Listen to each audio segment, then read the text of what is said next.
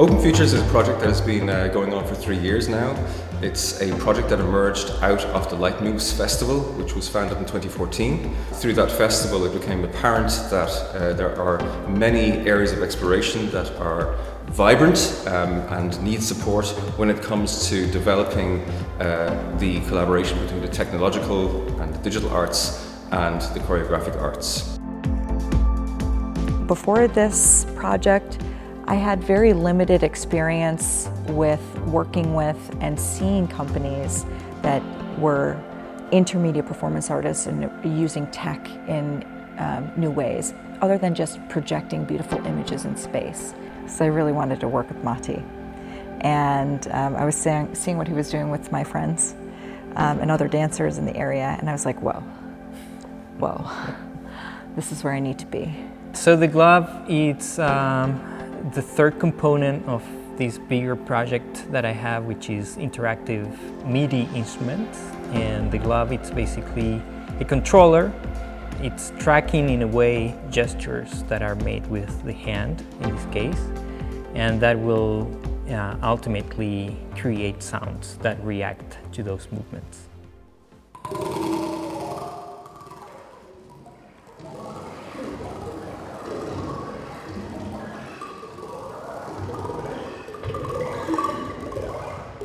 Trad is techno for me.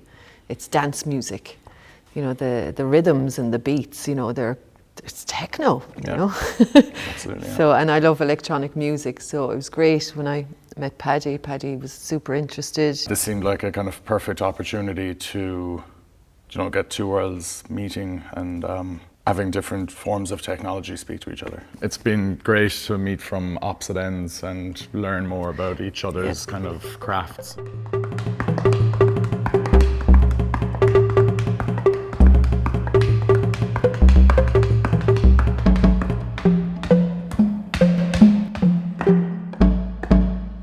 Well, we had some references before meeting, like Muybridge and Mary, and then just built up a kind of collection of, I guess, still images that showed movement through history that I collected.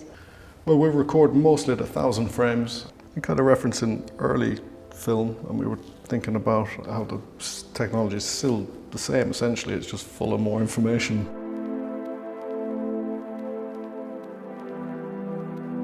This project is supported, first of all, produced by Dance Limerick, but has the support from one of Limerick's main visual arts galleries. It has university support through the Irish Road Academy and Digital Media Arts Research Centre. And that kind of diversity of those different groups working together and providing that support has actually allowed a range of kind of almost surprising opportunities to emerge for the artists. So actually working physically, building with wood and 3D printing and building interfaces and infrastructures that allow their practice to develop into the future.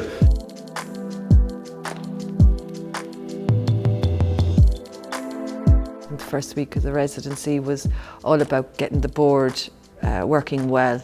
We were 3D printing components to hold the mics. We had to strip the board completely.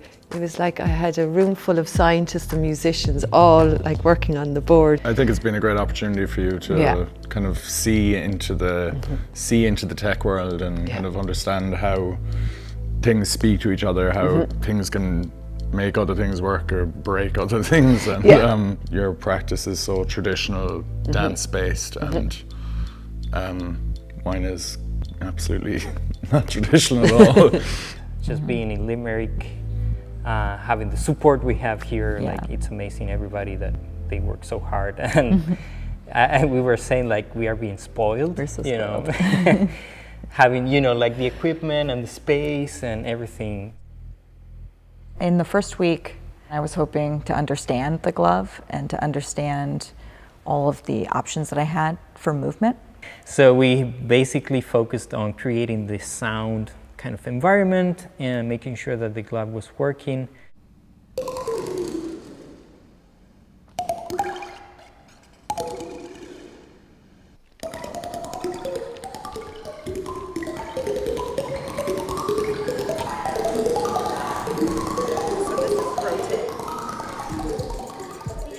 When we were just testing the camera on the first day and all the lenses, we really noticed how easy it was to look alien. What's that informing about the choices I make if I'm doing something in real time? The main issue with the camera is getting the light into the lens. Daylight's all right, and also daylight doesn't flicker. With slow motion, everything looks like an ad if you're not careful. How to take out the cheesiness, basically, like how to de-cheese.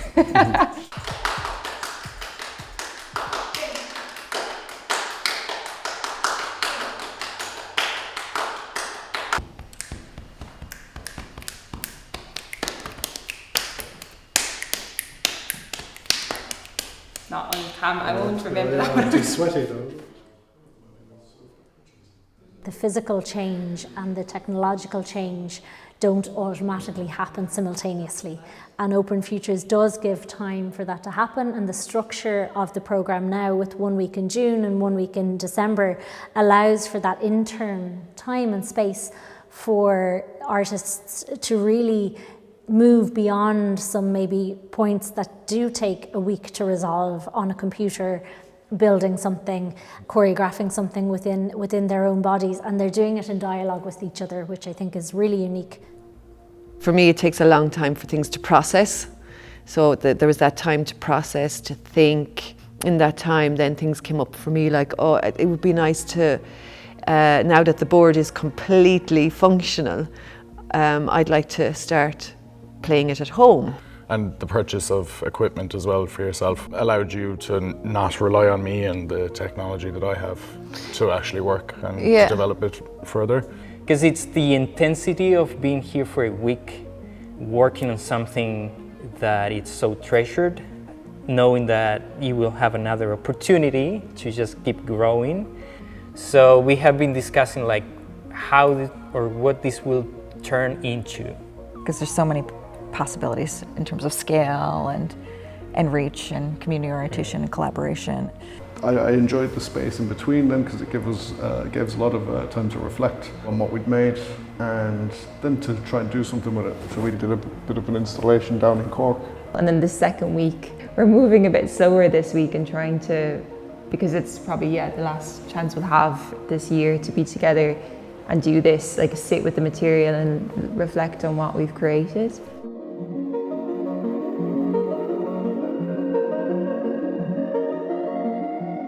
During the interim time between the first and the second week, I learned touch designer, and now we have these fully, actualized environments that change with the movement. Because it's the projection on the back, but also over the floor, which changes quite a lot the feeling and the sensation of everything. A week spent on the build of the board and a week now actually putting it to work probably, I think, ended up being perfect outcome. And now it's time to kind of get into more of the nitty-gritty things like looping and time-based. What's it called, Paddy? Time-based triggers or time-based everything management, I suppose. Yeah.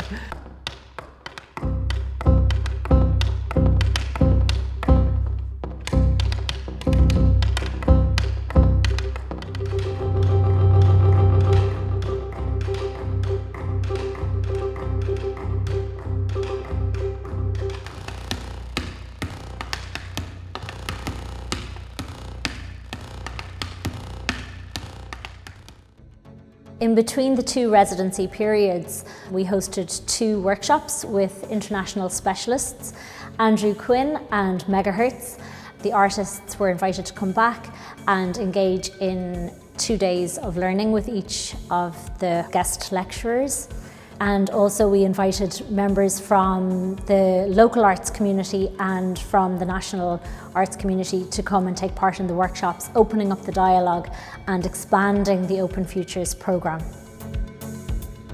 There were 2 very different workshops, which I liked. It was great to be around tech people, to just talk to them about what they need from creatives, and I've learned that they love ideas. For me, even though I didn't understand the tech, I kind of got a great insight into how these programs are so cool. They're like for ideas.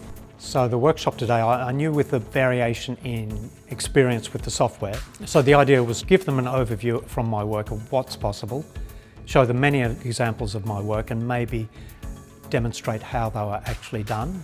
And then we reserved the last 4 hours of the workshop for actually doing things. So that's when the dancers became involved. We were doing the tracking and we were figuring out what worked and what didn't work for dance. There was so much enthusiasm here. It was really, really rewarding. And such a diverse group of people. Composers, programmers, video art, digital artists, dancers, choreographers, yeah. And a number of composer visual artists. A very broad range. Wonderful. It was great to be at a workshop with people who have a long-running practice of thinking about media in different ways, and dramaturgically and socially. They allowed us and gave us the rubrics to their devising techniques, but they also allowed us to be like in their performance environment. Over the 2 days, the first day was really about introducing them to all our tools and our materials. It's a lot of real-time interactions with the technology, and something that somebody without a technical mind could get their hands on and feel the excitement and the potential of using a combination of light, projections and sets to create a piece very quickly. So the first day was spent just exploring all these different methods that we'd kind of come up with. And then the second day, they were split up into groups, 3 different groups, and were given a task and some provocations from us. All had the same tools. They had a soundtrack that I'd put together, and they created these most beautiful, very different pieces.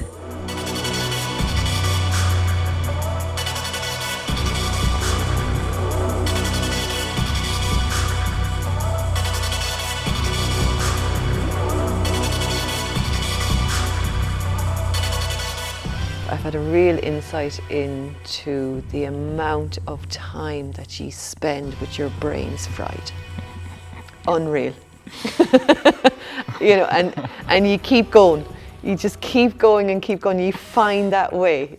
You know, I've been a bit in awe with the whole residency and with the workshops as well, being around more people who are into like using tech in a creative way. My practice as a composer and sound designer, yeah, it has grown in these, just 6 months. Like, it's given us the chance as well to really experiment and not feel like we have to create anything. And we have, we've definitely formed a collaboration that I think will continue. Again, I think that time in between really gave us the opportunity to dream a bit bigger with our ideas and imagine what could come in the next year or so if we keep going. Over the course of the project, I've had more of an excuse to explore elements of music creation software that I wouldn't otherwise be exploring, or it gave me the opportunity to re-educate myself or brush up on some knowledge that I've had for maybe 10 years, but just not using it. It's sitting there and getting dusty. So, and then obviously having any excuse to play a modular synthesizer is great. So, I didn't think of myself as a media artist, even though I was working in many media before, in visual arts and music and dance and experimental making. I think what's changed is that I feel like I'm getting closer to how I need to express the things that I would like to express about my lived experience in multiple dimensions. It's changed primarily because of the tech. And now I feel like a real cyborg.